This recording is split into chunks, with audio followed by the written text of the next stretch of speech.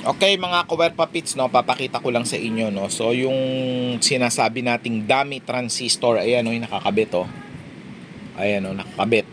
So ito lang gumagana, ito dummy, ibig sabihin walang connection, and then wala ring ano yan, kumbaga wala ring kinalaman sa electronics talaga. So pupukpukin natin, no, papakita natin sa ating mga end user or mga beginner.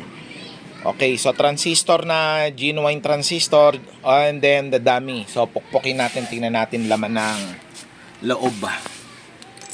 Ayan, so ito yung ano, yung totoong transistor, ah. Okay, so makikita nyo meron siyang ano, silicone, ayun, oh. At itong isa, so pukpukin natin. Ayan. So makikita nyo, wala talaga. Walang laman, no? Bago yung paa, magkakaruktong lang. Ayan, oh, naputol ko lang yan, oh. 'Di ba? So hindi talaga siya ano, hindi talaga legit na transistor, no. Ayan, oh. So magkakaruktong lang. Okay, so yun lang, no, para at least may idea tayo mga kawerpa pits. Salamat.